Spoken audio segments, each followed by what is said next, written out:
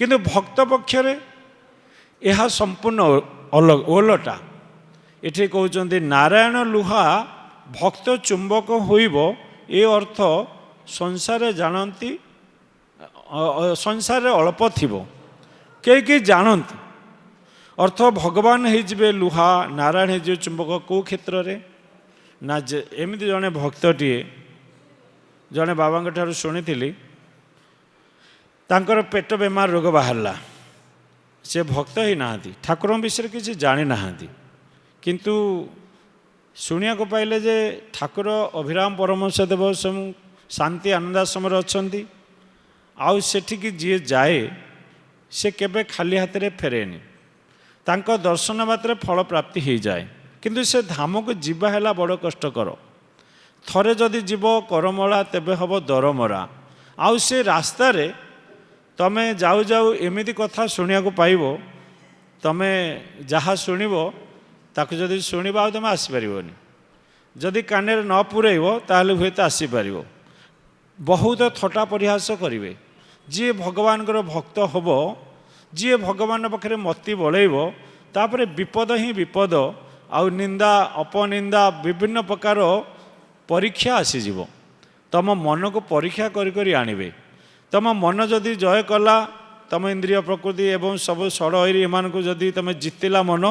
ताहले से आसीपार, नहले ना से फेरिकी पलैब। तेणु ये भक्तटी जो आसे रास्ता पचारि पचारि समस्त कहीं सेठिकी जीव। ठाकुर ना बहुत प्रकार एपरी लोक फेरई देवाई चेष्टा करती। आउ जी जीति जाए सी आसे, ये भाविला मु तो बाहर शुणिली ठाकुर महिमा, किंतु एमाने ये पाखापाखि लोक एमती कौन ठाकुर थट्टा परिहास निंदा एमाने कौन तांको जानी नाहांती ना, एमाने जहाँ कहते सत ना मु जहाँ शुणिली सेटा सत। ता पूर्व तो सी केते शिव मंदिर गुहारी पड़ा भल है, मेडिकल औषध खाइला बद्य बटिका गुणिया ठू सब देखला किसी भल है, कहला ना आसीजे जदि वास्तव सत्यटा देखिकी जीवी। मन दृढ़ कला, आसला पहुँचला ठाकुर से जो रूप को देखे, भजन रे भक्त गाँती अना अना सुमन रे कि सुंदर दिशोई, अपूर्व मूरति होई मृदु मृदु हसोई, अपूर्व मूरति होई मृदु मृदु हसोई।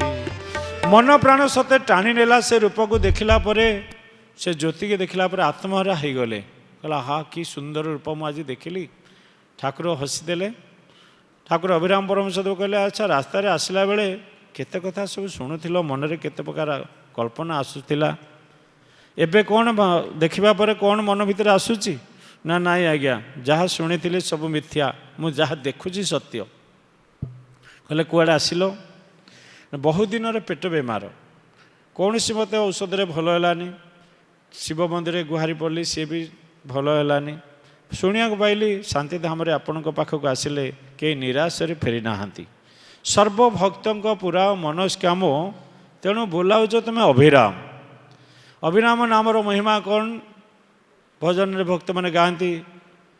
जय जानकी जीवन हे, नमस्ते प्रभु श्री राम। जय जानकी जीवन हे, नमस्ते प्रभु श्री राम। भृत्यो सदा अपराधी है बाजोगे, तेणु तुम्हें अभिराम। नमस्ते प्रभु श्री राम। जय जानकी जीवन हे, नमस्ते प्रभु श्री राम। जे राम से अभिराम रूप विद्यमान हुई कली जुगरे कहा जी भक्त माने सकामी भक्त पूरा मानस नहेले गुड़िए ढाल दे विष। अर्थ सकामी मानकर मनोकामना जदि पूर्ण न हो से ठाकुर बोली किसी मानवे विश्वास भी करेंगे। तेणु सकामी भक्त करुथा कर्म किए बुझीब तुम परिश्रम।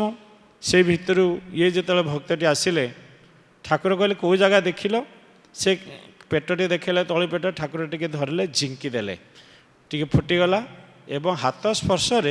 ତାଙ୍କର ଯେଉଁ ଅହର ବିନ୍ଧା ହେଉଥିଲା, ଯେଉଁ ଟାଣୁଥିଲା, ସେ ଭଲ ହେଇଗଲା। କହିଲେ ଦେଖିଲ ଆଉ ଅଛି? କହିଲେ ନାଇଁ ଆଜ୍ଞା, ଆପଣଙ୍କ ସ୍ପର୍ଶ ବାଜୁ ବାଜୁ ମୋର କୁଆଡ଼େ ଉପଶମ ହେଇଗଲା। କେତେ ବର୍ଷର ଯନ୍ତ୍ରଣା। ଶୁଣିବାକୁ ପାଇଲା ଯେ ଏଠି ଦୀକ୍ଷା ଦିଆର ବ୍ୟବସ୍ଥା ଅଛି। ଦୀକ୍ଷା କ'ଣ? ଦିଅତେ ଜ୍ଞାନ କ୍ଷୟତେ ପାପ, ଅର୍ଥ କହିବାଇଆ ଅଭିରାମ, କହିବାଇଆ କହିବାଇଆ କହେ ଅଭିରାମ ବାଇ ଧର, ପାପୀ ମାନଙ୍କର ମୋକ୍ଷ ଦ୍ୱାର, ଅବଧୂତ ନାମେ ବାନା ଉଡ଼ୁଅଛି, ଦର୍ଶନ କରେଣ ପାପ ହଜା, ଜୟ ବ୍ରଜ ରାଜା ଶାନ୍ତି ଧାମ ଠାରେ ପାଅ ପୂଜା, ଜୟ ବ୍ରଜ ରାଜା। କହେ ଅଭିରାମ ବାଇ ଧର, ପାପୀମାନଙ୍କ ମୋକ୍ଷ ଦ୍ୱାର। ଅର୍ଥ ଏଠି ସମସ୍ତେ ଆସନ୍ତି ପାପକୁ ହଜାଇ ଦିଅନ୍ତି। କେମିତି ନା ଭଗବାନଙ୍କର ଦିବ୍ୟ ଦର୍ଶନ କଲେ ପାପ ଦୂର ହୁଏ। କୁହାଯାଇଛି ଦୋଳେ ଚ ଦୋଳ ଗୋବିନ୍ଦ, ଚାପେ ଚ ମଧୁସୂଦନ, ରଥେ ତ ବାମନ ଦୃଷ୍ଟ୍ୟା ପୁନର୍ଜନ୍ମ ନ ବିଦ୍ୟତେ। ତେଣୁ ଭଗବାନଙ୍କର ଦର୍ଶନରେ ସମସ୍ତ ପାପ ଦୂର ହୋଇଯାଏ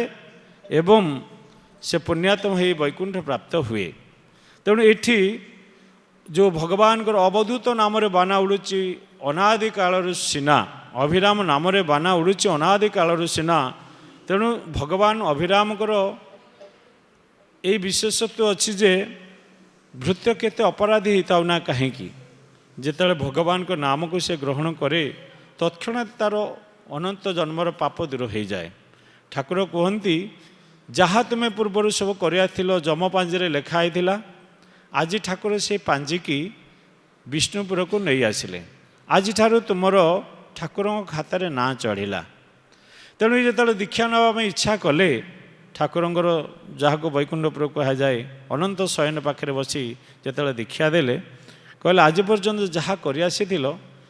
ତାହା ସବୁ ବ୍ରହ୍ମଜ୍ଞାନ ଶୁଣିବା ଦ୍ୱାରା କିଛି କଟିଗଲା, ଆଉ କିଛି ତୁମେ ସାଧନ ଭଜନ ଦ୍ୱାରା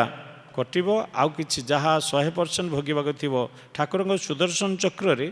ହୁଏତ ତୁମେ ସବୁ କଟିଯାଇପାରେ, ଆଉ 10-20% ତୁମେ ଭୋଗିବାକୁ ପଡ଼ିବ।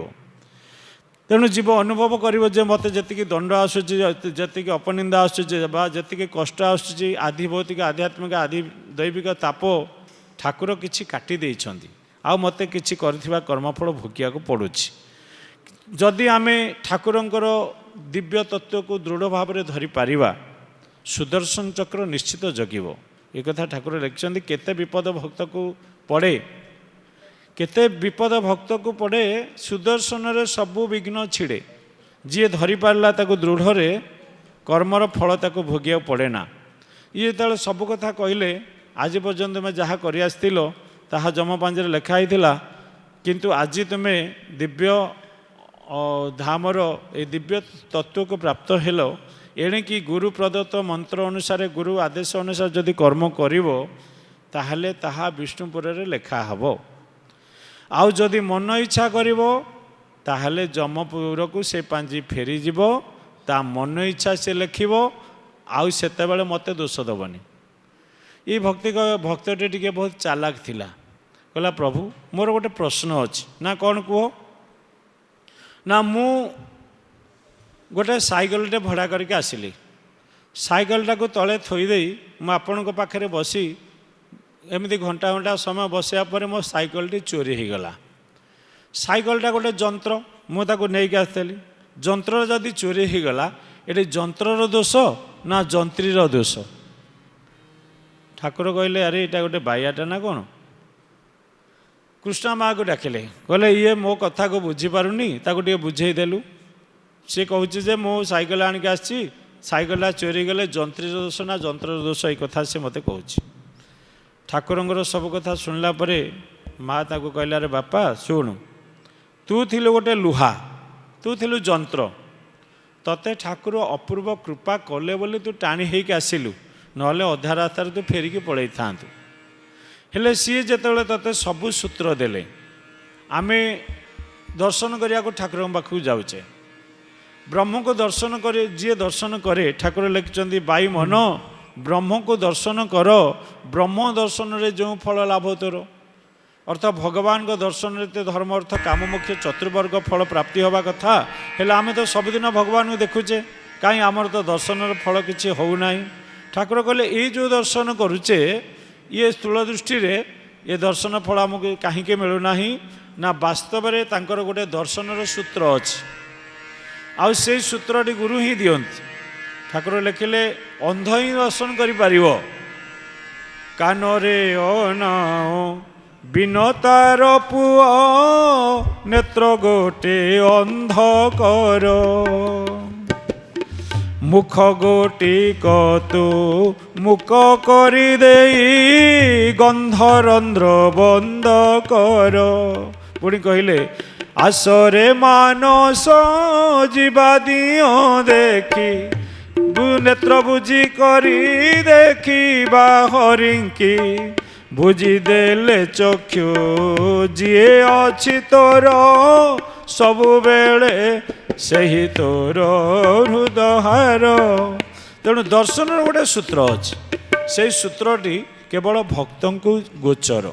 भगवान सबुठी थिले मध्य जेपरि सूर्य तांकर किरण रे सारा विश्व को आलोकित कर दियंती किंतु तांकर स्वरूप को देखा हेले आमको दिन भितर तीन जगह को लक्ष्य करा पड़ी थाए सकाळू सूर्य उदय बेले आम पूर्व को लक्ष्य कले दर्शन करूँ अस्त गला बेले आम पश्चिम को चाही था मध्याह्न समय मुंड उपर को चाहिए सूर्यंकर संपूर्ण रूप को देखिपर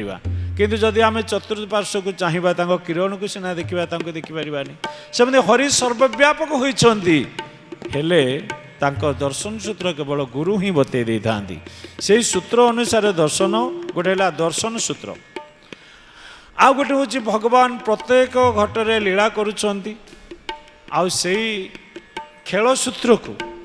केवल ठाकुर लिखिले पवित्र ईश्वर मंदिर अटे ही शरीर राधा कृष्ण खेलु अछंती भक्त को गोचर जेतबेले जड़े भक्त हुए बा जड़े तत्व प्राप्ति हुए सद्गुरु वरण करे सेतबेले से जाने जे मो घट रे स्वयं भगवान विराजमान करछंती राधाकृष्ण लीला करछंती ये शरीर रूपक वृंदावन लीला से सेतबेले अनुभव करे तेणु गोटे लीला तांकर दर्शन सूत्र गोटे खेल सूत्र आउ गोटे हूँ समर्पण सूत्र गीतारे भागवतरी समस्त पुराण शास्त्र समर्पण कथा को गुड़ तत्व बोली कहुई भगवान गीतारे कहले जद करोसी जदस्नास जज्जुस ददा जद तपस्यास कमती तत्कुरु समदर्पणम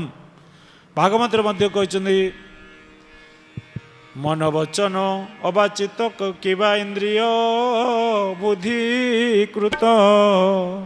किबा स्वभाव अनुसारे जे कर्म करिए संसारे ता नारायणे समर्पिब जीवर स्वधर्म ए भाव देह मन वचन इंद्रिय प्रकृति स्वभाव जे जो कर्म तुम्हें करना कहीं तुम भितर जद कायन वाचा मनस्येन्द्रिय बुद्ध्यात्म प्रकृति स्वभावात करोमि जद्यत् सकल परस्मै नारायणाय समर्पयामि सब तो शास्त्र कहगला जो क्लीं कृष्णाय नम बोली केवल वचन रे भणी जो ठाकुर कहले जे आर गूढ़ तत्व केवल ठाकुर अभिराम परमहंस देव अति सहजरे भक्त मान को दान कर समर्पण तत्व ये बड़ गुप्त समर्पण तत्व जाने मो भक्त केवल समर्पण न करिव जेहि किपर लभिब तुम्भ देहि समर्पण उपर एक सुंदर भजन गोटे पदे लिखिंट भक्त सीना मते देखि न पारुछि मु भक्त को देखुअछि देह संसार सुख दुख सहिते सकल भक्त भोगुछि सुख हेले बड़ आनंद हुई दुख हेले डाके मते सुख दुख दुई जदि समर्पणता मते चिन्हता साक्षाते एणु करी जीव हरता करता निजे निजे हेउअछि नारायण रक्षा कर बोली करी किंपा मते डाकू अच्छी। तेणु निजे निजे सब कर्तापण नहीं जीव जिते काम करे से मु करुच्ची कहे फल भोगिला बेले जो दुख जिते बड़े आसे से भगवान को डाके। ठाकुर कहले जदि सुख आ दुख दीटा जाक मत समर्पण कर दियंता न इच्छे सुख दुख को सबू अर्पण तुमको ए कथाटी जितेबाला आम कहूचे केते सहजरे कहीदे केते सुंदर भाव में लिखाई गाई जाऊे किंतु ताको अनुभव करके जितेबाला आम ताको देखा वास्तव में आनंदटा आमको जी लगुच सुख परिमाण प्रशंसा कई निंदा गला आमको सेटा बाधुची।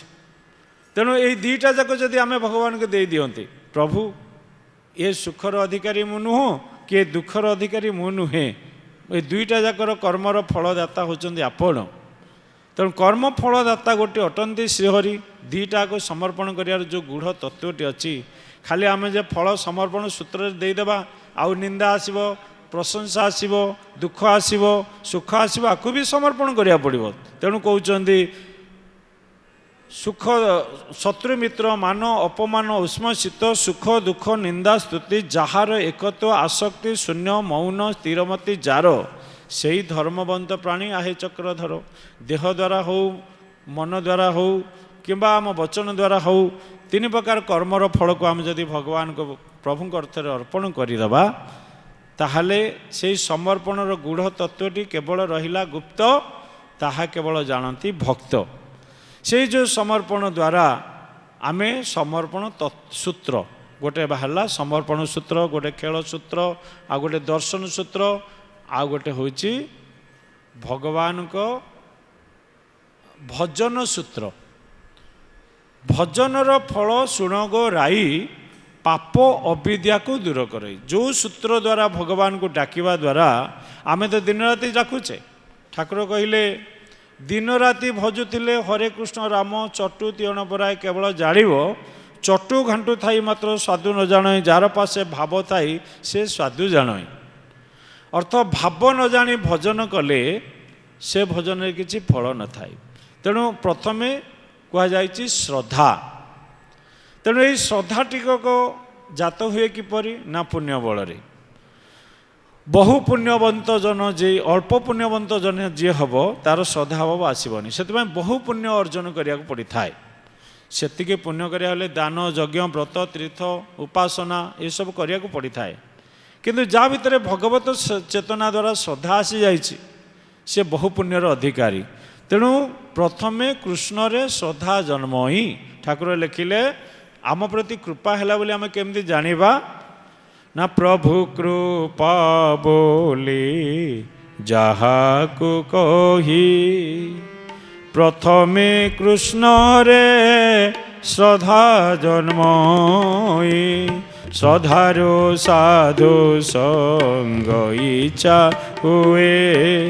साधु संग रे मन बुड़े रहे साधु संग पाई साधु संग पाई भजनर पाई मन बड़ई भजनर पाई मन बड़ई कहले सेतेबेले जो भजन साधु संग रे भजन क्रिया रे देले मन भजने भस्म हब पाप विद्यमान। कहले आमे तो भजन लेखाई गाउचे तू किस करिवो भजन भजन हुए रात्र दिन ये जो दिन राति 21,600 भजन हुए रात्र दिन बोली लिखाई। ठाकुर कहले माला भजन तू कर माला भजन न कर माले बाप मेल करुथा बसी अत यही भजन को बेसी दरकार नहीं। ठाकुर कहले बहुत थर नाम भजिबा नुहे भजिबा थरे थरे मात्र भजन कर थरे मात्र नाम जपिण रख हेतु सूत्र रे सूत्र रहा हेतु सूत्र सबु सूत्र ठारू श्रेष्ठ सूत्र है हेतु आ गुरु देथिबा नाम ए सूत्र जो गुरु देला अण हेतु रे हेतु कला अर्थ जो नामटी गुरु देले कहले नाम रे सबु बेले चेता रख। आ ठाकुर जेतेबेले आसंती आश्रम को भक्त मान को प्राय परीक्षा करती तमे किए किए आसछ जदि से कहे मु एका आसीची ठाकुर से पचारती कौ बाबा ठारू दीक्षा नहीं थिलो अर्थ तुम सांगे आउ किए आसीची ना तुम्हें एका आसीच सदी कह ना मु एका आसीची से तत्व भूली जाइए हेतु रखी ना आ गला बेले कहती टिके मते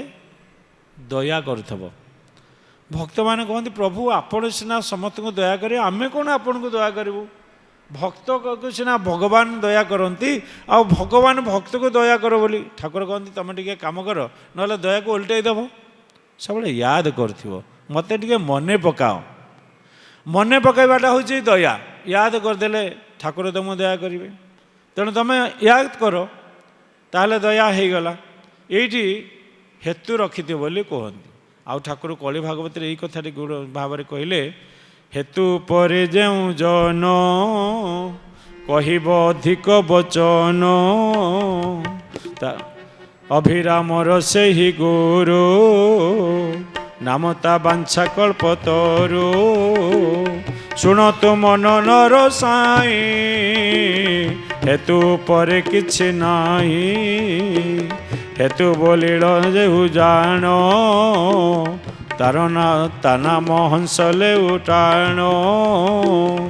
कह अभिराम भाई हेतु परे किछि नाही तेणु हेतु पर आउ किछि नाही जदि सबले गण चेतारे रहिला सी है सबुठार श्रेष्ठ भक्त ये जो कथाटी कहले तुम्हें करोच बोली जी जानई ये संसार से धन्य धन्य ये क्षेत्र को आसिले किए विभिन्न यहाँ गोटे वैकुंठपुर ये सबू अच्छी भरपूर सबु प्रकार भक्त आसती चारि प्रकार भक्त आसती आरती अर्थार्थी जिज्ञासु ज्ञानी जी जो प्रकार भक्त ये क्षेत्र सब चिन्हा पड़ जाती किए ऐश्वर्य खोजे किए देहर सुख को लाभ करे किए कहे मत खाद्यर स्वाद दरकार एवं किए कहे मत शयन मत आनंद अच्छी किए कहे ना मत फैन ना निद हुए तेणु समस्ते चाहती ये सुख कारण यहाँ हूँ वैकुंठपुर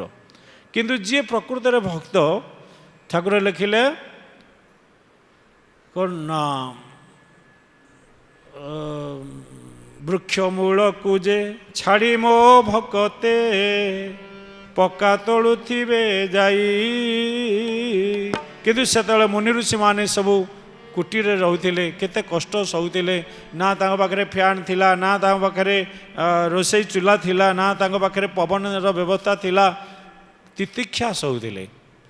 किंतु गुरुकुल आश्रम रे भगवान रामचंद्र कृष्णचंद्र जाई सी सब सुविधा खोजी नथिले साधारण पिला माने जेमती खटुथिले काम करुथिले सेमती गुरुंग पाखरे से तळे सोउथिले बिछणार सोउथिले एवं गुरुकुल आश्रम रे बहु कष्ट रे से माने पाठ पढुथिले गुरुंग पाखरे समस्त समान किंतु सकामी निष्कामी क्षेत्र रे दुई प्रकार भक्त आस्तांत जणे ठाकुर कहती जे जणे दत्तापहारी भक्त दत्तापहारी किए ना देइथिबा पदार्थ को जी हरण करती ना दत्तापहारी आ ठाकुर को भक्त कहे तुम हूँ दत्तापहारी दत्तापहारी कहीं कहे ना तुम देइथिबा धन को हरण कर प्रकृत धन कौन ये क्षेत्र में आम जदि आसीचे प्रभु को सेवा द्वारा आमको जी सेवा करे सेवार मूल्य बहुत से तो केबे मूल्य मागेनी किंतु भगवान कहार ऋण रखती नहीं ठाकुर लिखिं रूपरेख जार नहीं रूप होता भक्त पाई से भक्त भावे ऋणी होई जी केबे किछि बिना मूल्य रे सेवा करे आ बिना माने विराम रे ठाकुर पाई श्रमदान करे त्याग करे जार नाम है त्याग तितिक्षा को कहते एक त्याग खरा सहिबा वर्षा सहिबा शीत सहिबा निद्रा सहिबा क्षुधा सहिबा ये सब सहिबा द्वारा भगवान को मध्य अनुभव हुए मो भक्त मो ठार बड़ हो गला गिरिजाशंकर बहिदार थरे ठाकुर जन्मोत्सव को आसी था आमर जे हाईकोर्ट वकील था राजा रामचंद्र देव से मध्य जन्मोत्सव ठाकुर भक्त माने सबू राति पाइले अष्टपहरी हे बोले कुंज सजा करि थांदी एबे जेमती बाबा माने एवं भक्त मान को नहीं कुंज सजाती अष्टपहरी कुंज ये सब ठाकुर कुंज सजो सी कौन कर कोर्टर आसिले तो स्त्री कहते मोर टे ब्याग सजै दियो सी शीत दिन प्रबल माघ मासर से बहुत एबे सिना प्रताप क्षीर माने तापरू शीत उपशम होनी से शीत आ लगुना से हाड़ भंगा शीत बोली कहती लोक मैंने हिंस घोड़े को चौले प्राय गरीब लोक मैंने सी चादरटा को दवापाई स्त्री भूली जाइए ये आसती राति 12टा शीत प्रबल बढ़ला सामान्य उत्तर टिकक अच्छी सब जी जुआड़े सब शोई पड़े चांचटे पकई से ठाकुर समाधि मंदिर पाखरे से उत्तर टी घोड़े शोचते देह सारा खाली थरुंच यही समय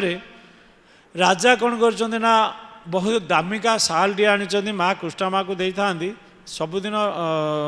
भोर भोर सब भक्त मैंने गाधे ठाकुर निज निज उपहार दे ठाकुर उपढोकन किए चदर किए कौन उपहार आनी था ठाकुर जन्मदिन देकी दर्शन करेंगे राजा देथिबा से सालटी माँ को माँ चाबी पकईकरी छता को पलि जाइछन्ति हेले जेतेबेले ठाकुर देखिले जे ये भक्तटी थरुछि ठाकुर कौन कले ना तांकर से चाबी आलमिरा रु खोली से जो राजा देथिबा सालटी आनिक घोड़े देछन सी घोड़े जाइछन्ति प्रबल गरम होइछि निदरे सोई पड़िछन्ति सकाळु सकाळु उठिले अरे रे ये चदरटा कते मते किए घोड़े देछि जाओ से गाधई पधई जाके तले चदर ये प्रथमे जाके राजा पहुँचती ठाकुर को देवे से चदर माँ तांकर सब आलमिरा खोजी खोजी पाऊना सब जगह आड़े कि देखिले कुआड़े गला से सालटी कुआड़े गला से बाया बजा बाया ये सालटा थिला मु तो थोईकी गली चाबी तो तो पाखे ये गला कुआड़े आउ किए नेला ना मुझे ना नाई जे गला कुआड़े मुझे भावुची एति समय भितर गिरिजा शंकर बहिदार जो कांधे पकई आसते कहले यही तो यही चदर तो ये चोर नहीं कहले चाबी तो पड़ा ठाकुर बारी ये कें चोरी कर ये भी बड़ा आश्चर्य कथा ठाकुर समस्ते चाहिए ठाकुर कहले से चदर मुझे अच्छा राजा ये सालटा मो पाई तुम आनी ना हाँ तुम मत देल ना हाँ मुझे ग्रहण करे कि क्या दिए तुम एथर अभियोग अच्छी ना नाई ना तुम साल को मो कांधे पकईली आ मुझे घोड़े देली जाच तुम समस्ते शोच तू माँ होचु कृष्ण माँ कहले को पिला असुविधार शोची तार साल ना सी छटपट हो शोची निद होनी थरुची तू जाचु सी केते कष्ट काली सेवा करके शोई जाइए ठाकुर केमती शोबे ताकू से घोड़े देले इथिरे कहले भाई तुम केते माने भाग्यवान कही राजा कुंडे पकईले आखिर असुर आसला तुम मो ठार आहरी भक्तिवान सेवार मूल्य केते महत्व जी एठारे सेवा करी जाए कहार ऋण से रखी न था तेणु तेणु जड़े भक्त आसे किए कहे बाह्य दृष्टि आम देखी था किंतु अंतर दृष्टि देखिले हाँ छाड़ माने अंतर दृष्टि देखिले ये ठाकुर प्रत्यक्ष लीलाटा आम अनुभव कर मु गोटे अनुभव कथा कहूँ चाप को जावाई चंदन डंगा को जावाई समस्त इच्छा प्राय बढ़ी थाए कारण केते केते भक्त जाती आउ अन्य माने भावती ये बड़ भक्त एमाने अंतरंग भक्त एमाने बाबा अति प्रिय तेणु ठाकुर डंगारे बसईदेले आम तो सेमती योग्य नुह आम कहीं बसीपारू एमती मन भितर भी थाए मु दिने एमती ब्रह्मचारी अवस्था प्रथमे प्रथमे आसी थाए बाहर रही थाए मु भाविली किसी गोटे सेवा पाइले डंगा को जीवार मौका मिल हेले मु कौन कली ठाकुर जो ध्वजा अच्छी पताका सेटा को धरिकी जाऊ थाए मुझे डंगा को जीवा को बाहरी पड़ी आचार्य आमर प्रभाकर आम डेणा को धरी पकड़े र तू जाना तू र पूरा अटक मो हाथी को धरिकी रखिले मोर जो प्रबल इच्छा था मुझे डंगार जाके पलि आसवि स्वयं आचार्य मो हाथ को धरिकी अटकई देले मुझे जीवी बोले ठाकुर इच्छा ना ये क्षेत्र जड़े आचार्य कहले बोली धरले बोली आम भावीदे ठाकुर इच्छा ना जदि आउ को बाबा आमको अटकई देवे हाँ से बाबा मत कौन भल पाती से आउ को भक्त होते कौन छाड़ी दे न था मुझे प्रिय नुह कि मत से जाना बोले मत अटकई देले ये अभिमान एठी रखिले भजन साधन में कलंक सृष्टि हम जहाँ एठार हो मान हो उपमान हो उष्मा हो शीत हो भोक हो कि अनिद्रा हो मत सुविधा मिललानी मु सब वंचित हो गली तुम जी समय ठाकुर पाखे तुम मनटा अधिक जीव तुम अधिक लाभ भजन लाभ अधिक मिल तेणु ठाकुर कहते भजन फल शुण गोराई पाप विद्या को दूर करई पाप जिते हुई हत ईश्वर ठारे निष्ठा हुए जात निष्ठा जणु हुए कृष्ण पादे चित्त अटल रहे से समय को गले जीव भगवान पादपद्म को दृढ़ भाव में अनुभव करे और चित्त स्थिर हो जाए। आज हरिकथा को ये विराट देवा आमर परमेश्वर बाबा आसुँच सी टे भजन कीर्तन सहित तांकर दिव्यवाणी प्रदान करेंगे। तेणु ठाकुरंकर कृपा समस्त भक्त मान प्रति थाऊ ठाकुर लीला चली थाऊ। जय सत्यनारायण स्वामी जय ठाकुर सदैच्छा पुनानंद एक बार हरिबो टिके नाम 1 मिनट करी बढ़े देवा। भज सत्यनारायण भीरा जप हरि कृष्ण हरे राम। भज सत्यनारायण भीरा जप हरि कृष्ण हरे राम। भज सत्यनारायण भीरा जप हरे कृष्ण हरे राम। भज सत्यनारायण भीरा जप हरे कृष्ण हरे राम। हरि बोल हरि बोल हरि बोल हरि बोल। जय राधे जय राधे जय राधे जय राधे राधे श्याम राधे श्याम राधे श्याम राधे श्याम। सीताराम सीताराम सीताराम सीताराम अभिराम अभिराम अभिराम अभिराम अभिराम अभिराम अभिराम अभिराम अभिराम अभिराम अभिराम। बोल श्री सत्यनारायण स्वामी की जय। अभिनव सुंदर की जय। पतित पावन की जय। प्रभुंगर सदिच्छा पुनानंद एक बार हरि बोल। कायेन वाचा चंद्रर्वा बुद्ध्यात्मना वा प्रकृति स्वभावात् करोमि यद् सकल परस्मै नारायणाय समर्पयामि। हरि ओम शांति शांति शांति।